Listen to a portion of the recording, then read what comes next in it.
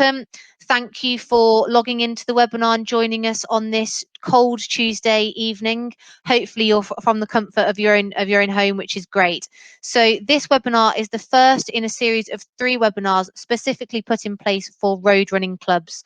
So before Christmas, England Athletics put on a suite of webinars that were targeted at track and field clubs. So now we've put together these 3 webinars across January, February and March for the road running clubs. So that's fantastic. So this first webinar is around sharing good practice and around group management. So hopefully that's the webinar that you all booked onto, which is great. So I'm joined here with Shropshire Shufflers, who are going to be sharing their best practice this evening. So I'm sat now with Glenn and John from the club. Glenn is head coach and John is a LERF coach, soon to be KERF.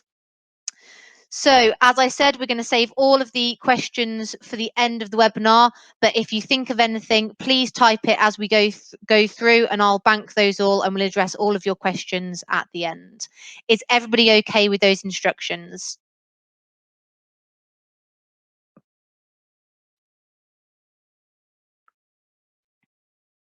Fantastic. That's great, everyone. Thank you for that. I'm going to hand over now to Glenn.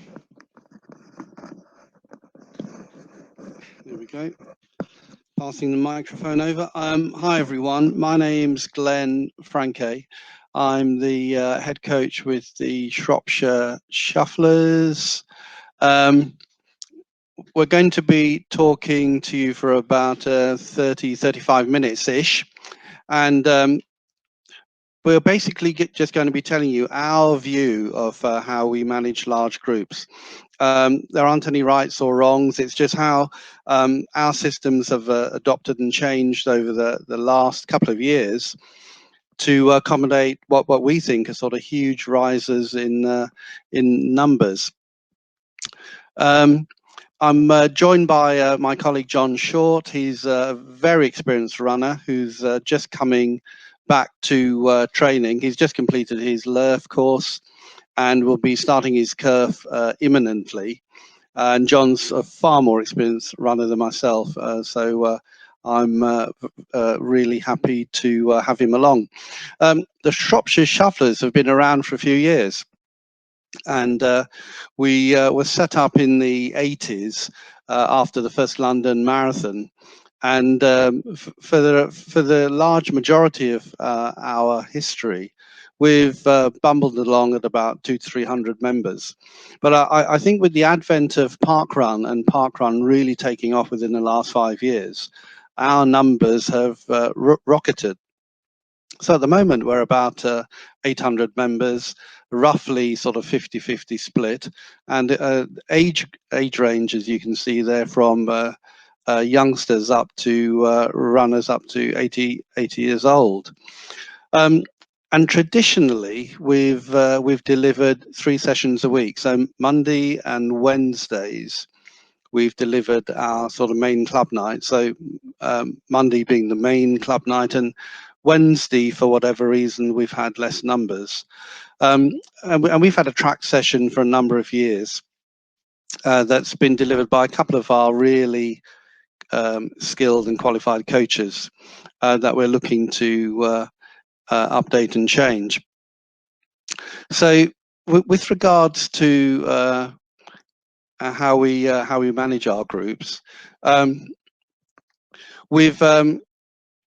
before I came on as a head coach, we basically had 3 ability groups. We had a fast group, an intermediate group, and an improver group. And with this increase in numbers, we've now sort of teased out those groups a bit further. So we have a higher ability, an intermediate and an improver group, and a walk jog group. And just to bridge the gap from walk jog into our running group, we've got like a slower or a steady jog group. But one thing that became evident over through a member survey that we held a couple of years ago was that people just wanted a bit more support in progressing from one group to another. So we threw in a couple of what we called progressive groups, as you can see there, just to help people move from improvers to intermediates and from intermediates to higher ability. And we've given our both our run leaders and our membership just a rough idea of how far they're going to run each night and what sort of pace. And we're very conscious that about half our runners are social runners who just want to come along, meet their friends, and take part in steady social runs. And I think it was through chatting through how we could organise our groups with the Black Pair joggers. I think, if I recall, they used banners to highlight which groups their run leaders were taking out. So for the last few months, we've been piloting and now using as standard the use of these sort of high vis banners that you can see our run leaders holding up, and especially on dark nights, they've been really quite instrumental in helping people get to the right group within quite a short period of time. And they're just made of cloth, can be scrunched up, and some lucky guy called me gets to carry them around and bring them back next week all ironed and ready for the next session. I took this photo last summer just to show you what 150, 200 runners actually look like. So it's quite a large number to marshal in a couple of minutes. And on Monday night we have 10 groups, as I mentioned, and on Wednesday night we've got 5 or 6 groups.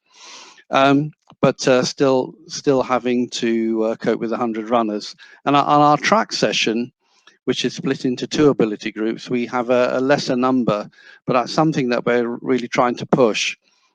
I think people have an impression that track is only for better runners, but I coach a lot of new and beginning runners, and I'm really quite keen to get runners of all grades onto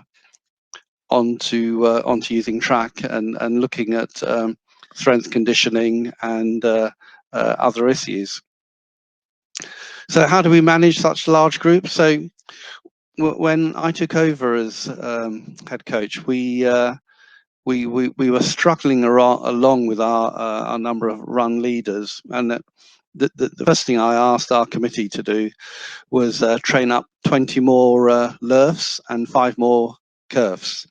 So that was quite successful, but we're still finding that even with 5 qualified coaches, we're just able to cope with the variety of sessions and other types of running that we'll get on to talk about. We plan our rotas 3 months in advance, and we're using an online app. I can't remember what the app was called. You recommended, Steph. Doodle. Yes, we're using Doodle for that, which has worked out really well. So I've got a LERF that works with me to undertake that sort of rota, and it's a little bit of a thankless task, but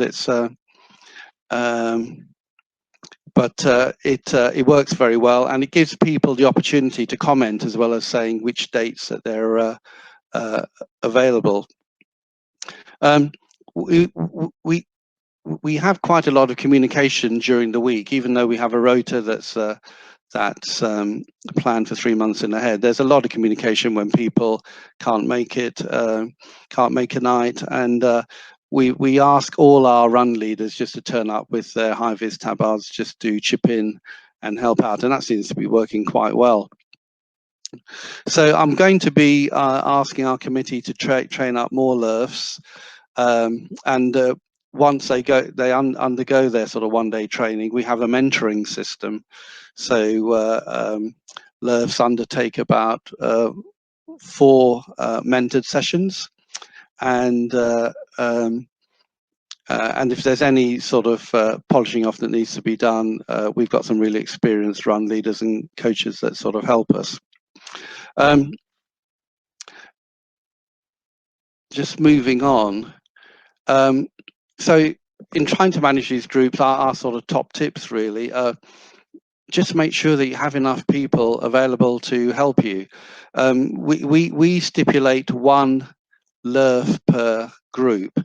Ideally, I'd like to have more people supporting, and if we have sort of non-rotated or non-rostered run leaders in a group, they always sort of chip in and help out.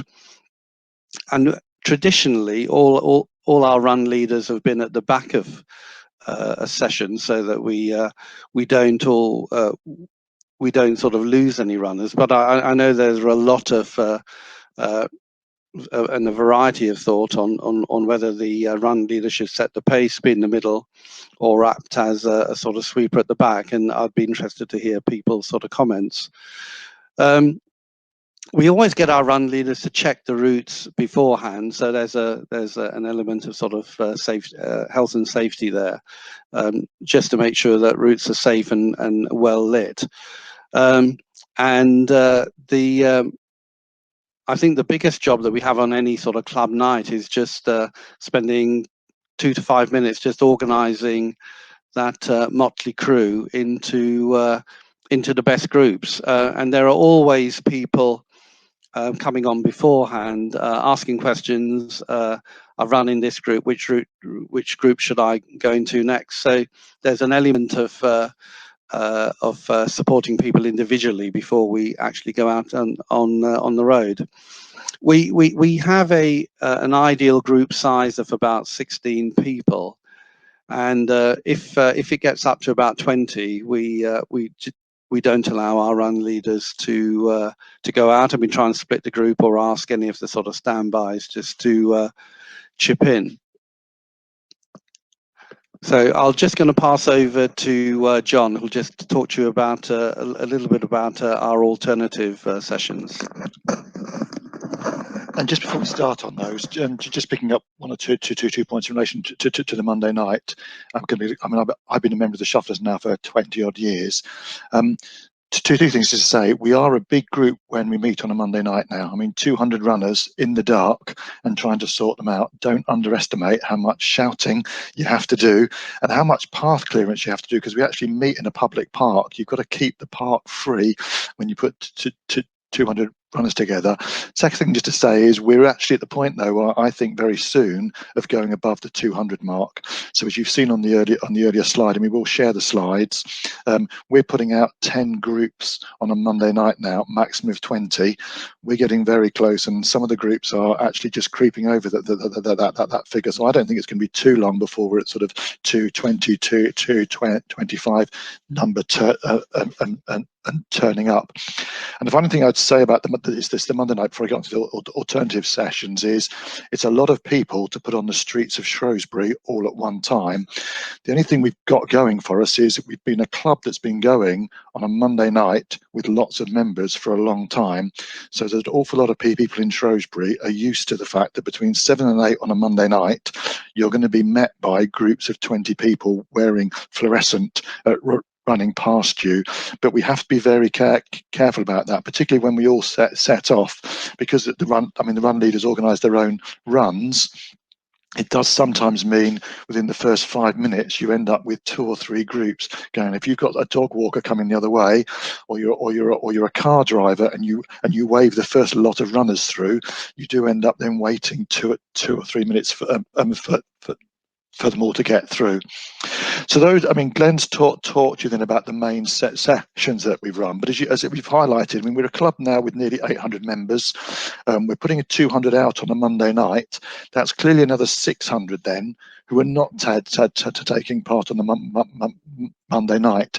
And most of the things that Glenn's been describing up to now have principally been sessions that have been focused on run leader led as opposed to coach sessions. So individuals choose which group they want to go in, and in some respects are self-coaching, because they're choosing whether to go with a progressor group or another group. So they're making the choice about how they progress, and that's easily then done with run leaders. So the slide you've got up now illustrates some of the many other groups that we're then running. And actually, when Glenn and I were putting the slide together a couple of days ago, we've rather shocked ourselves with just how many different groups we've got going, even for a big club. So the first three groups, just highlighting there, are things that we've started either recently or in the last a few years, and these are also principally run leader led. So we've started doing daytime running. We've only started that in January of this year. Principally because in winter you're running at night. Lots of people don't like the idea of coming out at night. You've got the 7 to 8 o'clock is difficult with people with families. When do you eat? So we're starting a run leader session. I have to say the maximum number of people we can cope with is 40, and on the first time we advertised it, we got 38 turn up. And I think that's likely to grow. So we're running that now on a Thursday and a Friday, but they are run leader led in the same way that we've done to describe the other organisation. We're now putting out a cross-country team, and actually we're for the first time entered in the North Wales, because that's our closest area, in a cross-country league. And interestingly, we're getting almost 100 runners coming to some of the cross-country events that we're doing. And traditionally, we've run in the summer, we've run that for many years, some alternative runs where 2 or 3 of the run leaders will come together. They'll organise a pub stop somewhere out of town, and people will run round in an evening and have a drink afterwards. And those alternative runs, actually, they replace the Wednesday night, but they get 100 plus as well. So all those are run led. But then we've also got now a whole series of sessions and groups which are actually coached, which is where the surfs could come in. So Glenn's described the track sessions that we do. We run every year a beginners to 10k program starting in May, and we finish with a group of people doing a 10k run, which the rest of the club applaud round. We get quite a big drop off from that, but we're still getting 20 extra runners every year from that. One of our coaches actually likes running on the hills, so actually then actually runs some specific sessions for hill running. We've got a fell runner who is a member of our club but does for fell running as well. So he now actually provides a series of coach sessions. And we've also got links to other Couch to 5K groups. So in total, we're looking at another 150, 200 people who are actually now get to taking part in coach groups away from the main Monday, Wednesday and Thursday sessions. Oh, didn't do that correctly, sorry. So, and to thinking for the future, so what I've described to you is things that we're already doing. We're already having discussions about more daytime runs, because actually I think in the end we could end up running almost a daily daytime run. It's doing so, we were doing so much. 5k track events, 5k obviously with the growth of the park run, and actually putting sessions specifically up for people who want to practice a faster time for a 5k before they do the park run, and a similar 2-mile event. We're looking at club runs, and then we're also, as we get more coaches, and you may be surprised that we've only got about 5 or 6 people who are qualified coaches at the moment, given the size of the club. But as we develop more coach and add more coaches, we're likely to do more focused training within the main program on a Monday and Wednesday, and actually begin to offer more individual sessions as well. Can you? Sorry, just going to get it wrong. So, and making sure. So the final thing I wanted to talk about before I hand you back to Glenn is, well, how do you make sure runners are happy? So we're a club, a big club. There's no pressure on individual members that they can improve or to just turn up. And because we're not coaching as such, the advantage of not coaching is people are self-coaching, and therefore they can just move about the groups as they want to. We're a big club. I think we're very friendly, open. Anybody and everybody's allowed to run with us at least twice before they have to commit to membership. And with so many people there, you're almost bound to meet someone you know, even if you knew they ran or you didn't know that they run. Our fees are still only about £20 for membership, which we think is very affordable given the number of sessions that we're now offering. We might need to look at that at some point. And you do need to focus then, particularly because we're a club dominated by the run leaders. You've got to do a lot of work to keep your 30 or so run leaders happy, because most of us are doing an awful lot of run leading, just given the number of sessions that we've got. So I'm going to hand you back to Glenn now, just to wrap up. Cheers, John. So I'm just going to talk about next steps for the club. So we've, as we've highlighted, the club's been going for 30-40 years, and we thought it was a time just to look at our sort of branding. So we've just updated our logo and had a competition for new kit that was really successful and very popular. So so we've been turning up to a lot of events in some quite swish outfits. John's mentioned the North Wales Cross Country, and in our first year of entering both the men's and women's leagues, we're probably going to be promoted to the league above, which is tremendous, really. And that's really built a lot of camaraderie within the club. One thing I would like to do is offer more structured programs for both groups and individuals, but I really need to train up a few more coaches for that. So that's something I'll be taking to the committee just to get agreement on funding.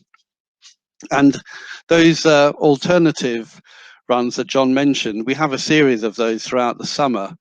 We have about between eight or nine alternative runs that are really geared at just getting people to get to know each other and the sort of social aspect of running, and they've been very popular for years.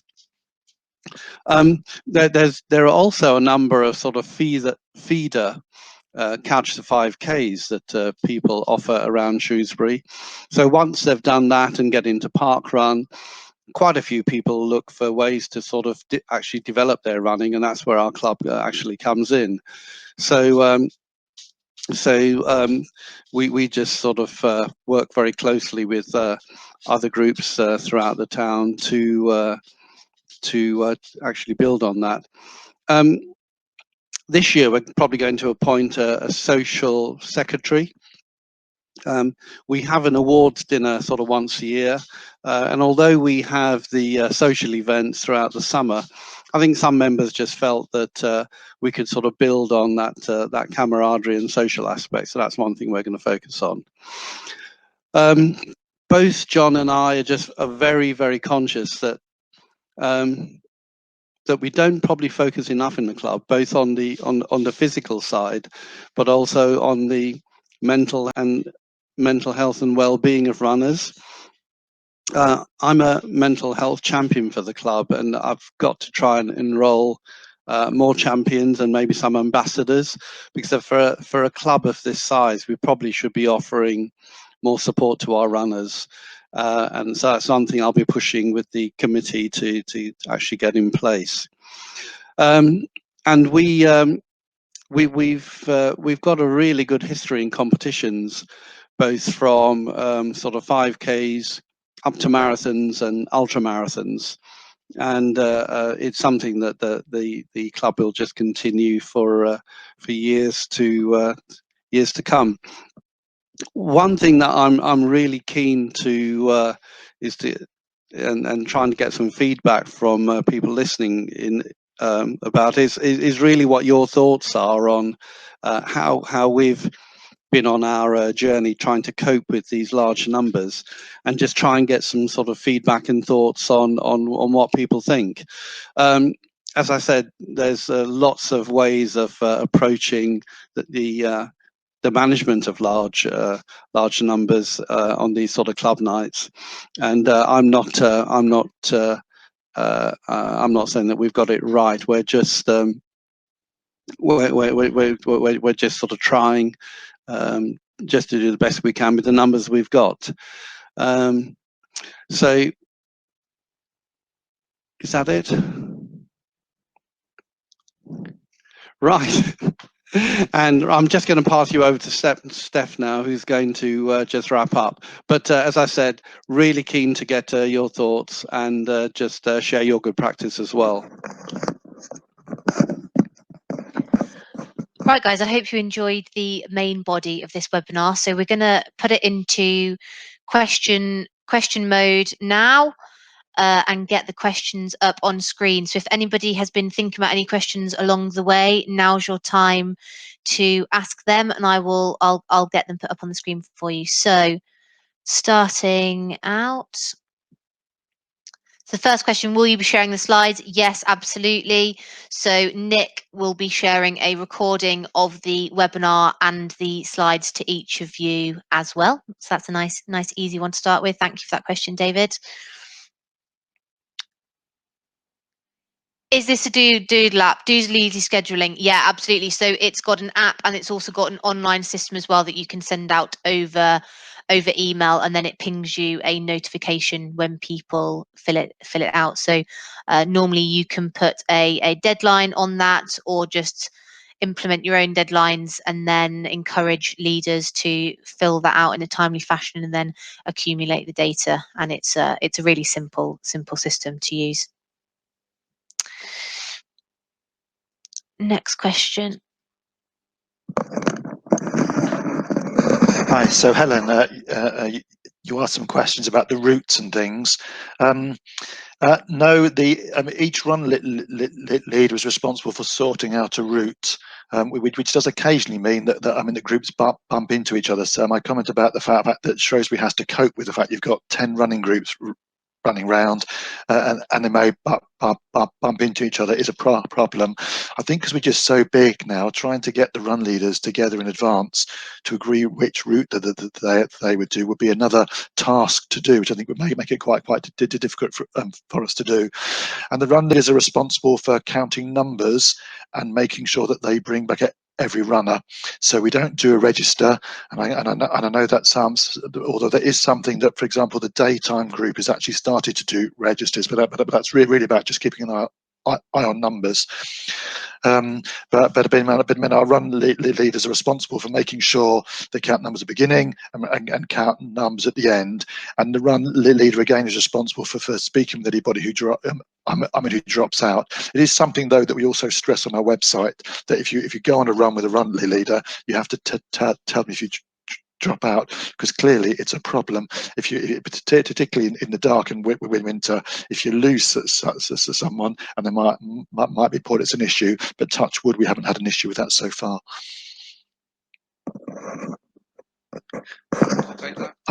And so if membership of £20 doesn't include EA affiliation, that's on top in relation to the license. So I think if you want to be a member of the club and have your race license with the EA, I think the total now is £16. It's £36, sorry, for us.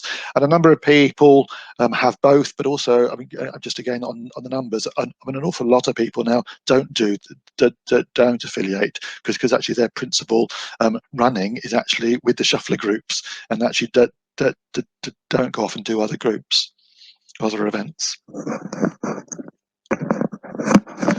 Just to add to that, I'm conscious that depending on the number of EA affiliated runners, you can get more entries for the London Marathon.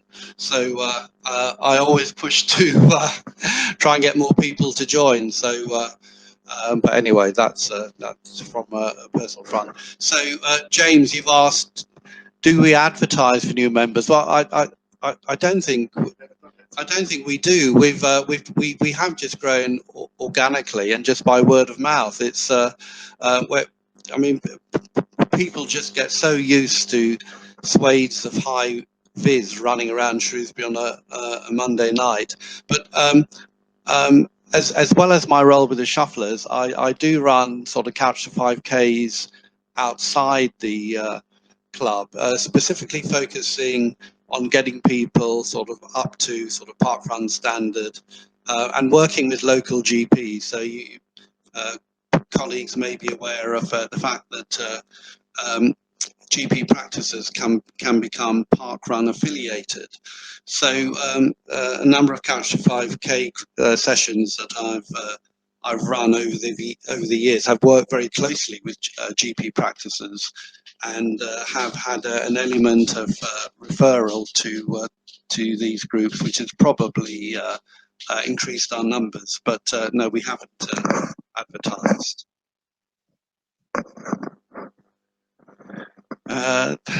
Natalie, what are the best kinds of runs to do with a large group? So you can I'll pass you over to John. All the groups, probably with the exception of the steady pace, are all doing turnarounds. So if you've got 20 people, the only way you can safely manage them, because if you try and run as one group for a long period of time, it's very, very hard because people's pace is slightly different. So even if we're not doing groups with efforts, and so you're doing intermediates rather than intermediates efforts or progressive intermediates, you're still aiming to do turnarounds with the aim of actually getting people to come back. And I have to say, again, because we've been doing it for a long time, and I take out some of the new daytime groups, we've only got two groups in the daytime. Huge variation in their speeds, but actually people are very disciplined, and you just have to make a real point when you start the run off. You expect people to come back, turn around at recovery pace, and it is remarkable and how motivating it is for some of the slower runners to actually see the really fast people come back and always pick them up. But I think particularly when you go above 14 runners, I think the only way to manage them is turn around. It's just very hard to keep keep the whole group at one pace otherwise.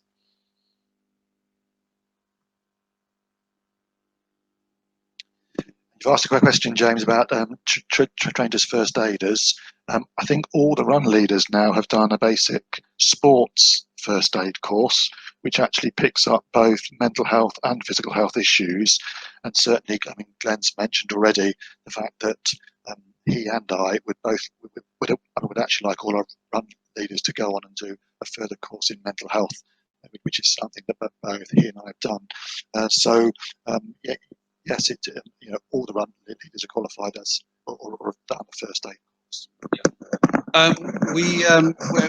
We're very lucky to have a sports and injury trainer locally, and she's very kindly put together a tailored course for us. So it's not a certificated course, but it's a sports and injury first aid course that we felt all our run leaders and CERFs should have undertaken. And we don't advocate anyone carrying any first aid kits with them, but just have a phone, and we ask all our runners to have a number in case of emergency, which is something that we just try to keep pushing. But all our run leaders, as I suggested, have got first aid training. John. Just a couple of tips to actually share from our last first aid course. So all run leaders are asked to carry a smartphone, and for example, always dial 112, not 999, because emergency services can actually track. And we're also encouraged to have 3 words on our phones as well, because so that we can tell the emergency services exactly where we are. So actually having a sports injury course designed for us was actually more helpful than just doing the standard course.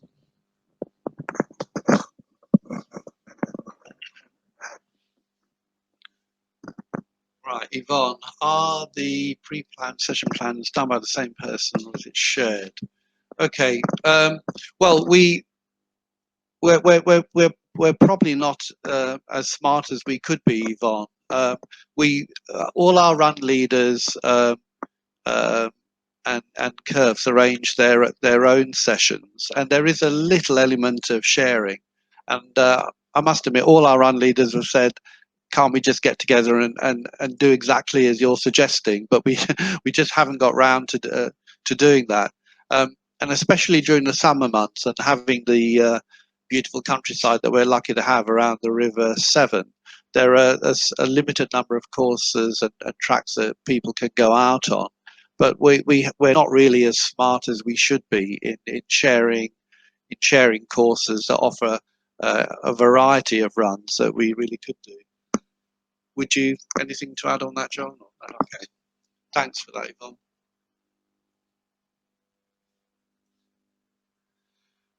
Right, how do we manage our fell running sessions? Well, thanks for that, Ian. We've got a number of quite experienced fell runners with us, and I don't think we take out any specific insurance for that. Although all our runners enter races, the sessions that we put on are really sort of introductory sessions to fell running, and then just sessions just to sort of build on people's strength conditioning and technique. But we don't undertake any further insurance. Steph, would you know whether our EA insurance covers us for fell running? Yeah, so club insurance, so EA affiliated clubs, their insurance does cover fell running alongside all other disciplines. So the club would be covered through their public liability insurance through UK Athletics.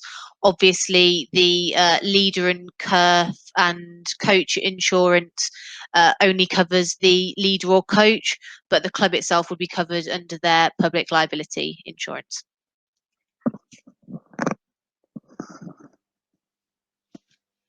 Right, do we get yes? Thanks, Philip, for the question on the walk jog group. We've tried to keep the walk jog group for a couple of specific groups of people. So first of all, people that are just starting off into running and aren't sure whether they can sort of run for half an hour or 45 minutes. So people just getting into running, I think it's a really good group just to start with, and also for people that are coming back to running from injury.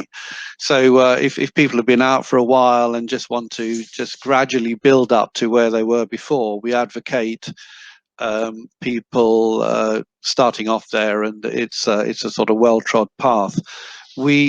Calling it a walk jog group has been sort of problematic. We have had new members turn up with walking poles, asking if they could dispense with the jog bit and just walk for an hour with us. So we've had to politely suggest that they find other maybe rambler like groups.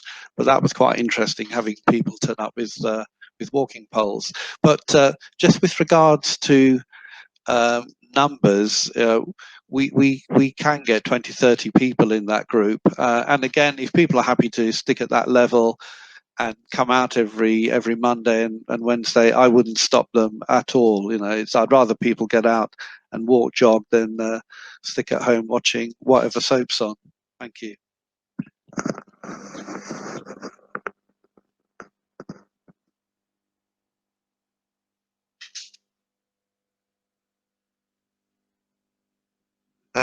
So, Lindsay, a question about knowing the routes. I mean, Glenn's touched on this already. Ideally, we'd actually have 2 run leaders in every group, because clearly if you're running at the back, you're a long way back. But as I've already said, because we're doing turnarounds, actually, I mean, you get to speak to the group every 2, 3, 4 minutes, and you just have to be very, very, very clear with your directions. That's something that I think we could improve upon. But I mean, we're already putting out, as I said, it's 10 run leaders at every session.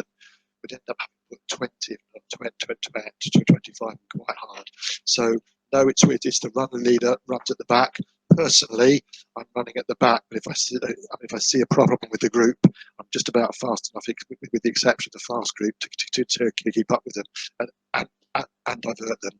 But if you do get the routine of everybody coming back, it means you get to speak to the group every few minutes and redirect them.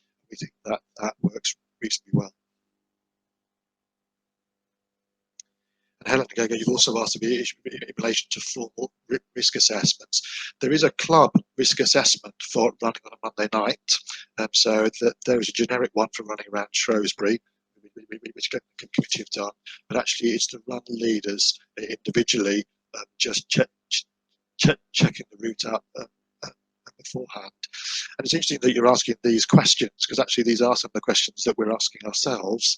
But in a way, we've just grown so much. We're just, as I say, that I mean, most of the time, Ken is just trying to keep up with the demand that's out there. Certainly, when you do your LERF course, you are told write it out and do the full risk assessment. Well, no, I think from our point of view, it's a generic one, and it's just checking the route out beforehand and being familiar with the route, which is what's checked out in regional mentoring. So once you're qualified as LERF, you have to do at least 4 sessions in the club with the different leaders or coaches. They're checking out your ability to risk assess the route and also to deal with the number of runs that we have. Cheers, David. Thank you.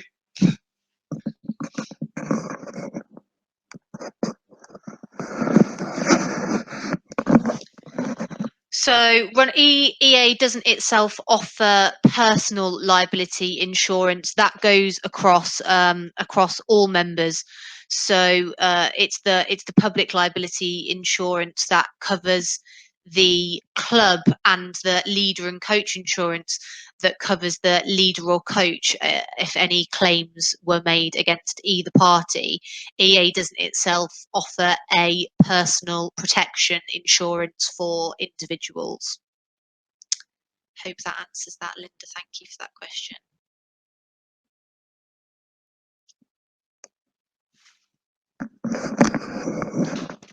David, thanks for your question about keeping our coaching staff motivated. I assume that they have their own running goals as well. Yes, yeah. I mean, one thing that I was very concerned about when I took over as head coach is that because we had such a small coaching staff, people weren't able to focus on their own individual goals. So, doubling the number of run leaders and coaches was really my first aim. But once people are trained, we really do try and look at their continual professional development. So the run leader development days and all the other days that EA offer, I think, are tremendous and really good value. So I've been really advocating getting our coaching staff along to those and sponsoring them where possible. So, and I know sort of Steph and her team are instrumental in that. And the other thing I do as head coach, I've started having we have 4 workshops a year where I get everyone along so they can throw cabbages and rotten eggs at me, and just get feedback as to how all our sessions and our developments are working.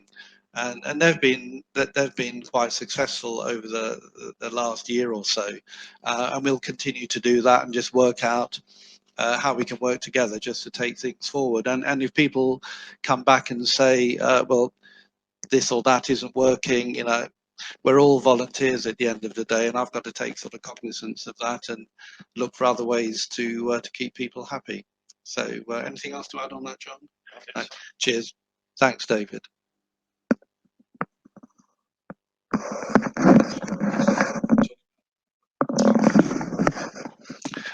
Philip, you've asked a question on the Sports First Aid course. I'm very happy to share the content of that course to see whether you can get anything developed similarly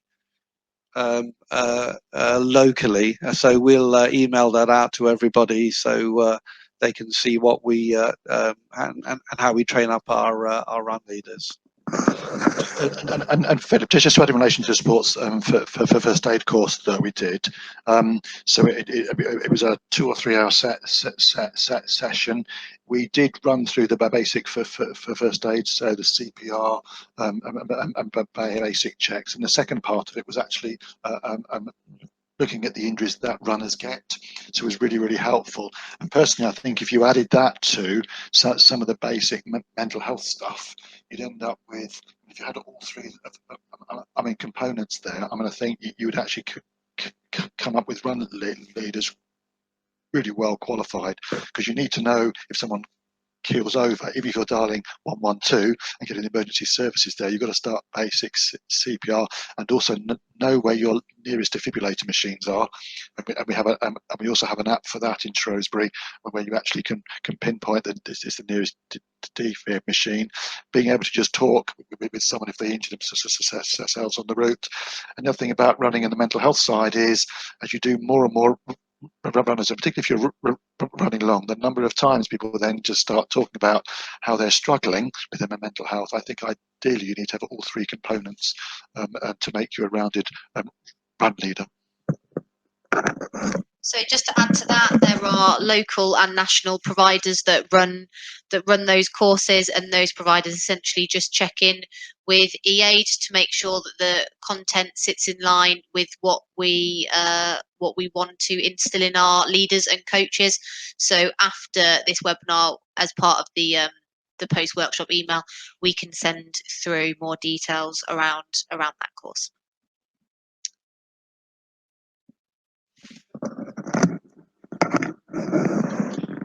Does the club pay for and encourage coaches to go on courses? Well,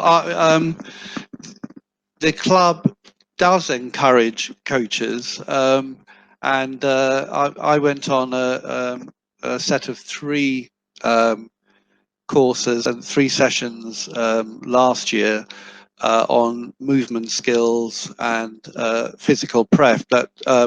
And my view, Natalie, really is it's really good just to keep on top of your game. There's a variety of stuff, like I said, there's that EA offers, and I know next on my list will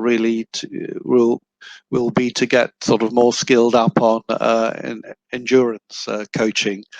With regards to payment, although a couple of run leaders and coaches have asked for payment, I think the majority of people have been just very happy to attend. So if that became a problem and we had to maybe motivate people by paying them, I think the club would look at it. But I think the majority of courses are such good value that it hasn't really been an issue. Thanks for that.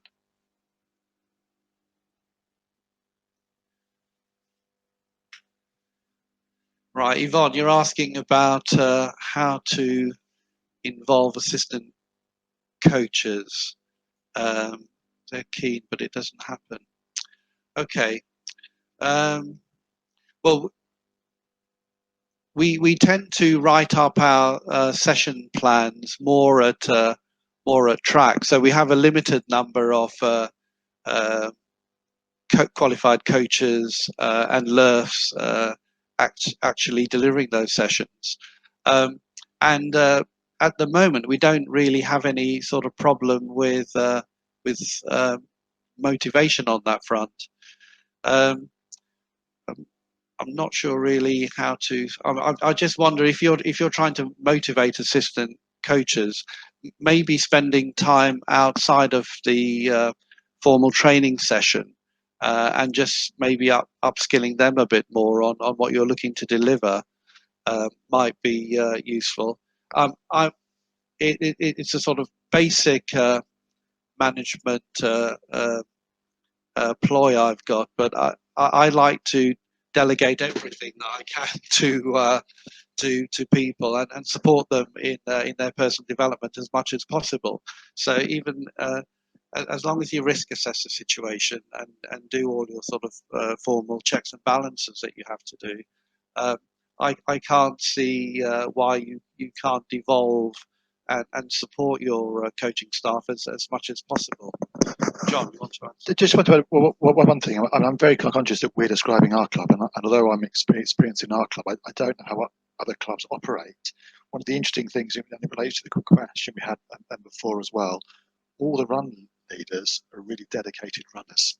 So actually, it is interesting. I mean, some other clubs may have more people who have become either served, who aren't necessarily running as often.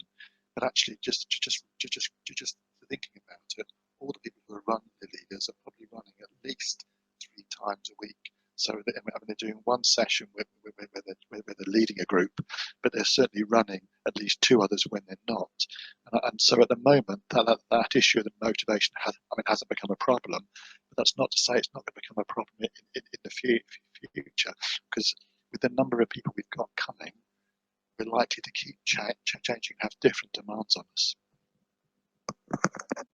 And just quickly add, if any clubs are looking to start up a junior section or would like any sort of additional information around junior sections, the 3rd webinar in this series, which is due to take place on the 2nd of March, specifically focuses on setting up a junior section and the sort of trials and tribulations that go along with that. So so you'll find all the information in regards to booking that webinar, if you so wish, in the emails that Nick sends out.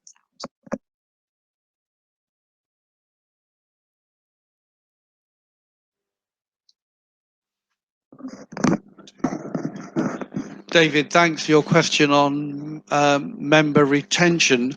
We do, but I don't have those figures with me, but we can send those on. Our membership secretary provides us with a plethora of information, some really good stats. But so I've just got to apologise. It's quite remiss of me not to have those figures with me. But we. Since our numbers have grown from 3 to 4 to sort of 800, we have seen quite a fair sort of turnaround in sort of numbers, but we and a much younger membership as well. So I think the next couple of years will tell whether we do enough as a body of coaching staff to actually keep them within the club. But thanks for your question.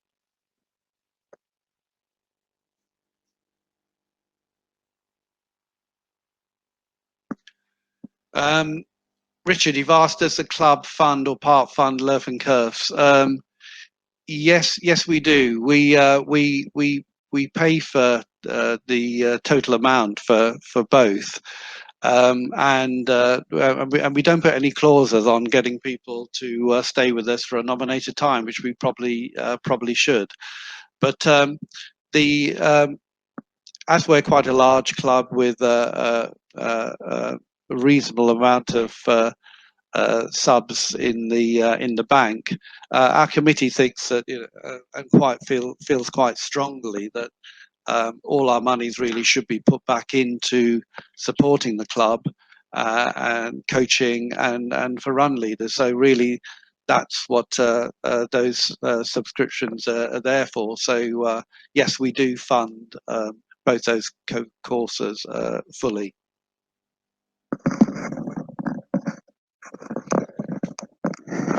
Right, guys, it looks like that was our last question. Let me just have a very quick check through just in case.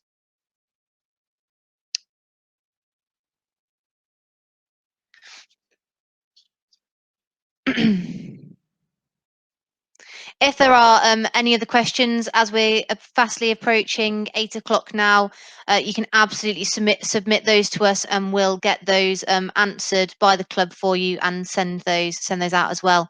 So just before people log off, what I'm going to do is put a survey up on the screen for you guys to fill out. That'll take you just a couple of minutes, but is really integral to the ongoing success of these courses. So if you could all take just a couple of minutes to fill out the survey, that would be fantastic. All that's left to say from me is just a massive thank you to Shropshire Shufflers, and specifically to Glenn and John in putting together this presentation and with answering your questions. Hopefully you felt like you got something back from it. As I've said, if anybody thinks of anything after the webinar, just ping it through to us and we'll endeavour to get those answered as soon as possible. Other than that, once again, if you could just fill out that survey for me, and all have a really pleasant evening. Thank you, everyone.